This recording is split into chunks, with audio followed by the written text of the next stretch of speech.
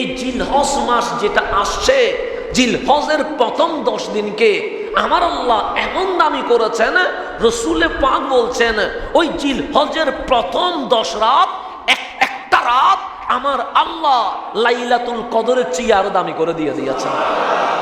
তাফসীরে কুরতুবীর মধ্যে বলছেন হযরত আব্দুল্লাহ ইবনে আব্বাস রাদিয়াল্লাহু তাআলা আনহু বলছেন, ওয়ালায়ালিন আশ, যে 10 রাতের কথা আল্লাহ কোরআনে কসম করেছে, ওয়াহুয়া আশরু জিলহিজ্জা, এগুলো হচ্ছে জিলহজ মাসের কয় রাত? 10 রাত। ওয়াহিয়া আফদালু আইয়ামিস সানা, পুরা বছরের মধ্যে এই 10 রাতটাই আমার মালিক সকল রাত সকল দিনের চেয়ে আফজল, বড় ফজিলতপূর্ণ, বড় গুরুত্বপূর্ণ, বড় শ্রেষ্ঠত্ব দান করে দিয়ে দিয়েছেন। তারপরে আসেন ইমাম বুখারীর মতো মানুষ, যিনি বুখারী শরীফ আমাদেরকে উপহার দিয়েছেন, উনি এই জিলহজের 10 রাতের ফজিলত বর্ণনা করার জন্য বাবু ফাদলিল আমলি ফি আইয়ামিত তাশরিক, আইয়ামে তাশরিকের মধ্যে আমলের ফজিলত, এরকম একটা শিরোনাম এনে, অধ্যায় এনে জিলহজের 10 দিন এবং 10 রাতের ফজিলতের উপর বুখারী শরীফে একটা আলাদা চ্যাপ্টার উল্লেখ করে দিয়েছেন। হযরতে আব্দুল্লাহ ইবনে আব্বাস রাদিয়াল্লাহু তাআলা আনহু, উনি ছিলেন রাইসুল মুফাসসিরিন। তা আল্লাহ বলছেন ওয়াসকুরুল্লাহ, তোমরা জিকির করো কার? আল্লাহ। কখন করবা? ফি আইয়ামি মালুমাত, নির্ধারিত কিছু দিবসে। এটা বলছেন কে?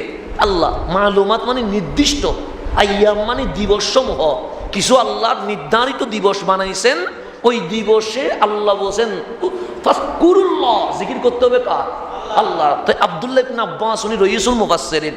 এখন নির্দিষ্ট দিবস এটা কোনটা? শনিবারে করব, রোববারে করব, সোমবারে করব, সফর মাসে করব, জিলকদ মাসে করব?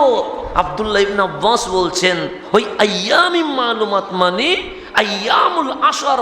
আল্লাহ বলছে জিলহজের যে 10 রাত 10 দিন আছে, ওই 10 রাত 10 দিন হচ্ছে আল্লাহর নির্ধারিত দিবস। ওই দিবসে বান্দার দায়িত্ব কর্তব্য হচ্ছে সর্বদাই মাওলার জিকিরে ব্যস্ত থাকা। এটা শুধু উনি বলেন না, এটা ইমাম আবু হানিফা রাদিয়াল্লাহু তাআলা, ইমাম শাফি রাদিয়াল্লাহু তাআলা, ওনারা পর্যন্ত এই কথাটা বলেছেন। তো এখন আসেন এই 10 রাত 10 দিন কিসের? জিলহজের প্রথম 10 রাত 10 দিন, এগুলোর ফজিলত কি?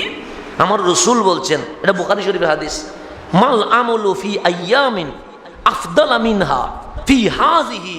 আমার নবীজি বললেন এই 10 দিন 10 রাতের যেই আমল, এই আমলের চেয়ে আল্লাহর দরবারে অন্য কোনো দিন, অন্য কোনো মাস, অন্য কোনো সপ্তাহে আমল এত প্রিয় নয়। আল্লাহর কাছে সবচেয়ে প্রিয় হচ্ছে 10 দিন 10 রাতের কি আমল। কোন মাসের? জিলহজের। তো কল সাহাবা ইকরাম বলছেন ওয়ালাল জিহাদ, যে জিহাদে আমরা গর্দান দিয়ে দিচ্ছি, যে জিহাদে আমরা মাল দিয়ে দিচ্ছি, সেই জিহাদের চেয়েও জিলহজের 10 দিন 10 রাত আমল করলে সওয়াব বেশি। আমার নবী বলেন হ্যাঁ, জিহাদের চেয়েও বেশি সওয়াব হচ্ছে 10 দিন 10 রাত কি করা?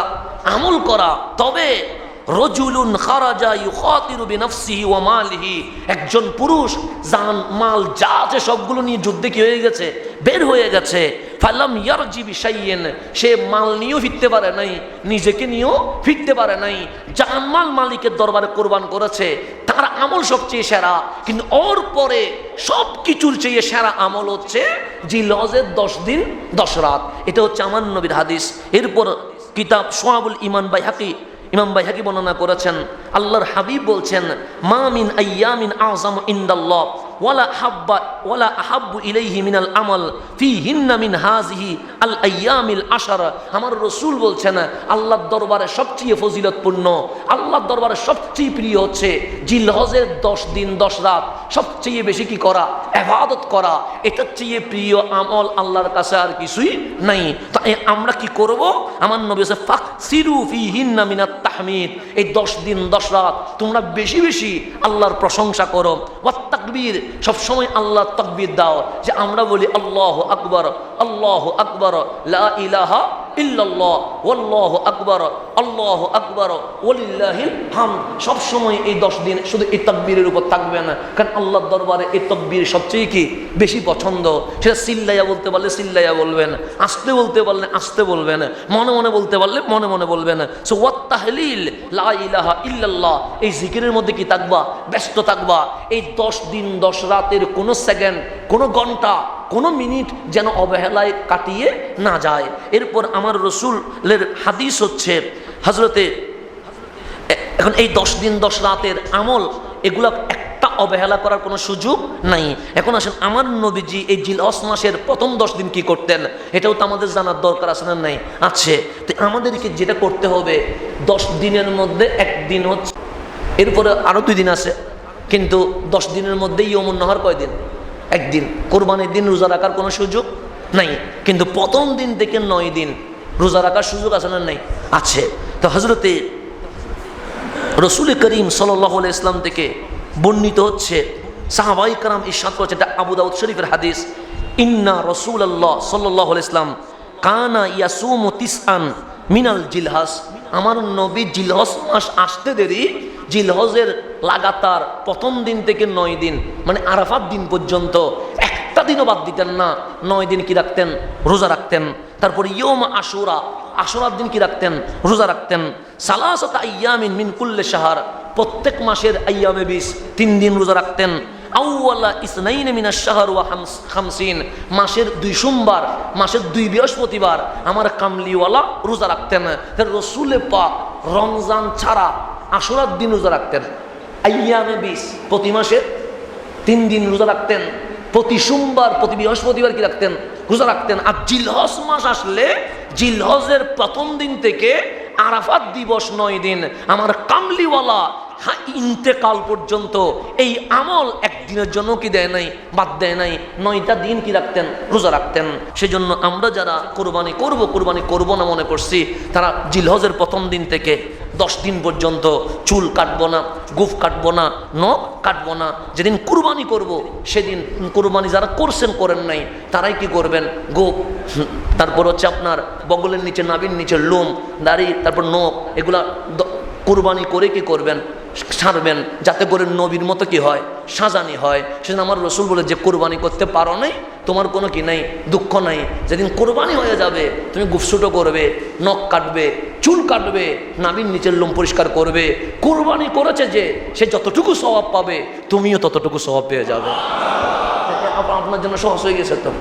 হ্যাঁ, আপনি বুঝে দেবেন, আমার টাকার কারণে কোরবানি করতে পারি নাই, আমার নবীর সমস্যা কি?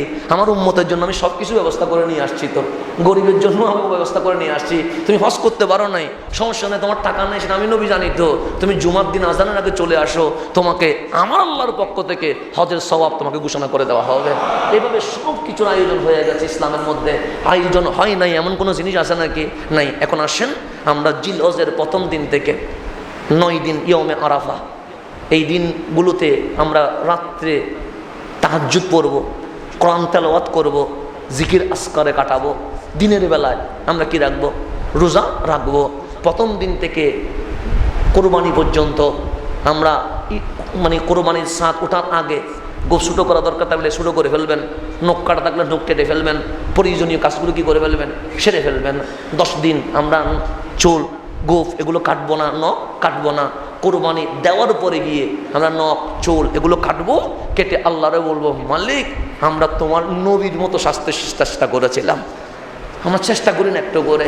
মুসা আলাইহিস সালামের জামানায় যদি ওরাও মুক্তি পায়, ইনশাল্লাহ আমরাও কি পাবো? মুক্তি পাবো। আল্লাহ যেন সবাইকে কবুল করে নেয়, আমিন। যতটুকু